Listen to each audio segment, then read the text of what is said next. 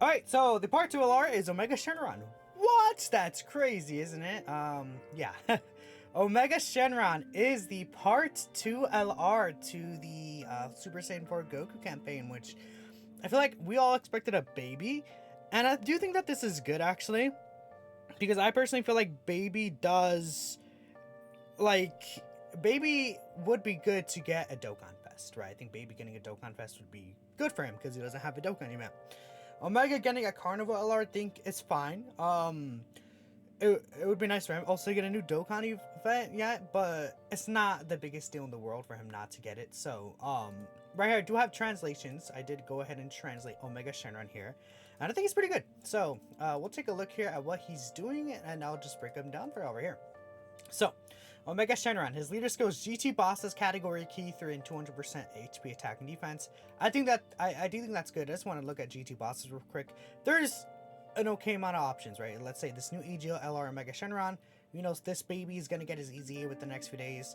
This Frieza and Cell look to be okay. This unit's solid. This baby is solid, right? There's like some build up. Tech Sin could still be okay, I think, in certain situations. Maybe we'll see if this Roto can make a comeback. This guy, actually, he really wanted GT Boss's enemies. So he's a GT Boss support. We'll see if he could be an interesting option, but I think it's good just to get this leader skill, right? Even though it's kind of mediocre right now. So his 18 key super attack effect greatly raises defense for the turn, which is good, causes mega colossal damage, lowers attacking defense, and heals super attack. Then his 12 key raises defense for the turn, causes colossal damage, lowers attack, and has a high chance of stun. So overall, I think pretty good super attack effects, and they are going to be helpful at the very least in super battle type stages, which is going to be really good. I think that's going to be a pretty massive W, right? For him to have the like stuns and lower attack for like super battle and stuff like that. In a red zone, or like, you know, like even certain events, you can lower attack or seal very early on. So there is value to that, even in like red zone or like the Shenron event, which is actually getting a new stage added. We'll talk about that in a bit. So this guy, here's the main thing here. So he plays the entrance animation once only, which, by the way, I haven't even checked his animations just a little bit, and his animations look absolutely beautiful. But for 7 turns, he changes int type key spheres to rainbow key spheres, which I think is going to be quite strong. That's going to last you the entire fight. Having a villain rainbow orb changer is really good. Lowers all enemies' attack and defense by 25%. That's, again, a super battle rate ability. Omega Shenrons usually have that, so I'm fine with that. Key 3, and then 200% attack and defense. 20% attack with each attack performed up to 150%. Now, interesting thing about this is that I'm not sure. It's like each attack performed, but he doesn't really do any additionals based what I was getting. Like we could literally like it almost is as if it should be with each attack received, but if we take a look here, like it would be much better if it was each attack received. But again, if we take a look here with each attack, every time you attack, right? That's what it's like. So that's the weird thing about it. I'm like, okay, with each attack you receive, I just find very interesting for him to have, right? But yeah, it is what it is there. I did full additional, I think, for this guy, maybe. We'll see. Key 1, and then 5% damage reduction with each GT Bosses category ally on the team. Which, if you have a full GT Bosses category team, you're going to get 35% damage reduction, which is going to be quite good. Then he gets 7% reduction per rainbow key sphere obtained on top of that. And he's an orb changer. So, realistically, let's say you get 3 rainbow key spheres. That's 21% reduction. Plus the 35% that you kind of have on a full GT Bosses team.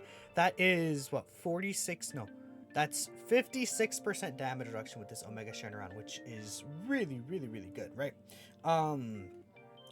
Like 56% reduction on an LR unit like this. Now, I guess the one thing is that this guy doesn't even have multiplicative stats. What are his actual stats? His stats themselves are high, but he doesn't have any multiplicative stats in his passive, which I feel like defensively, I find very weird. It's only offensive multiplicative stats, right?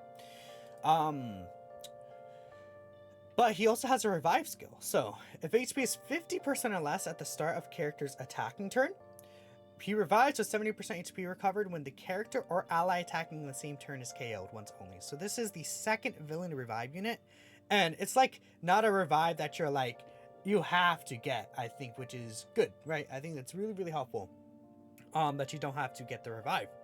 Like, you know, like let's say the spirit bomb, like, oh, I have to use the revive. This is a unit where it's like, okay, I get the revive if I need it. Really, at any point in the fight, which is good. And he does benefit from that. So I guess this is where like he could help build up his extra attack passive. He becomes super effective against all types, and he performs a guaranteed additional super attack starting from the turn in which his revive skill was activated.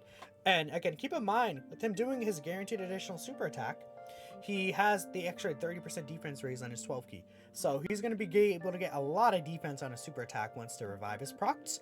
And he has all this damage reduction. He's going to be really, really nasty, I think, in slot 1. Once, especially, this is procced and after you supers, it's going to be kind of crazy. Even outside of slot 1, right? So he has his active skill, minus power energy wall. Can be activated from the 3rd turn from start of battle if the target enemy is in attack down or defense down status. Or he could use it for the 6th turn from start of battle, of course, once only. So, turn 3, debuff the enemy against Super Battle Road, or you could just finish the enemy off. Or, again, from the 6th turn. He temporarily greatly raises attack, causes ultimate damage to the enemy, and then this is the one thing I'm like not sure. We might have to wait until in the game to see how it is, but it states that it reduces attack and defense by 30% for the turn. Now I presume it's the enemy's attack and defense, but it's not really. It doesn't clarify whether it's the enemy or his. I presume it's his. It's the enemy, right? Because I don't see why he would debuff himself. Unless it's like, okay, well, you guarantee die now, right? Because, like, even if you fall under 50%, like, what if he just can't die? Because he's too tanky, right? Maybe that's where this is coming into play. We don't know for sure. We'll see once it's in-game, but it's either a debuff or he debuffs himself so that he could revive. It doesn't clarify that. So, yeah. But he does also disable enemy action once within the turn, which is also a really powerful ability. But like I'm thinking about it, it's like, okay, well, it's weird if he debuffs himself. It's like, okay, what if he already had the revive procced and then this is just useless? I just don't see that it's going to be his own debuff. It probably would have clarified to himself. When it doesn't clarify, it's usually, of course, to the enemy. So I think it is a 30% attack and defense debuff. And the disable enemy action, I think, is a quite strong ability too. So, I mean, this Omega looks pretty good. I think just overall his kit looks pretty good for the GT bosses team. Outside of GT bosses, I think he'll still be good. But he'll likely be more of a slot 2 role than a slot 1 role.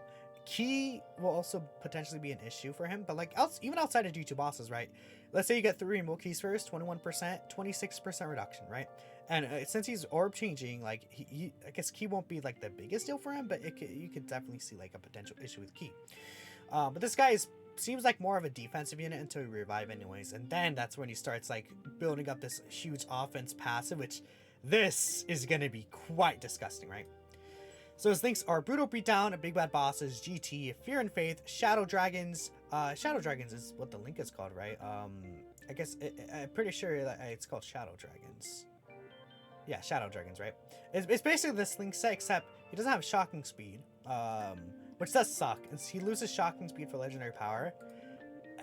I would have probably preferred he still kept shocking speed, because there's a lot of these villains, you know, Big Bad Bosses villains that would have shocking speed, but I guess it's not the biggest deal because you're going to run him primarily on GT bosses.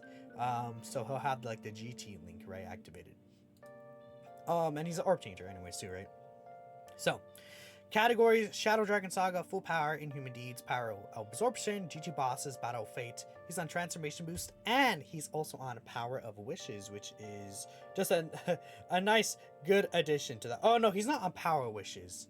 Oh no, he's on a Revival. It's the Revival category. My bad. Wait, no, stop. Okay, updates. He is on Power of Revival. Not Power of Wishes. My apologies. I should make sure I send that over here. I put Power of Wishes, but he's actually on Power of Revival. That's like the only issue. You know, sometimes it happens. It's like 1 a.m. whatever. Power of Revival. not power of wishes. Keep that in mind. Silly me. I'm a silly goose, right? I mean, it makes sense. Obviously, he's not in power of wishes because he doesn't actually make a wish. It's just me being stupid. Okay, so, this is power of revival, but those are the categories, obviously, because he's reviving in it, right? Duh me. Transformation boost is good for him to have, though, because in the intro, he actually becomes Omega Shenron. So it's like, you see him as Sin, and then he becomes Omega, but that is it. That is this LR Omega Shenron. I think, again, he looks to be quite a strong unit. But let me know what y'all think about Omega Shenron here. I think he's pretty powerful overall. We'll see how it looks like in game. Thanks for watching, and of course, I will catch you in the next video. Peace out.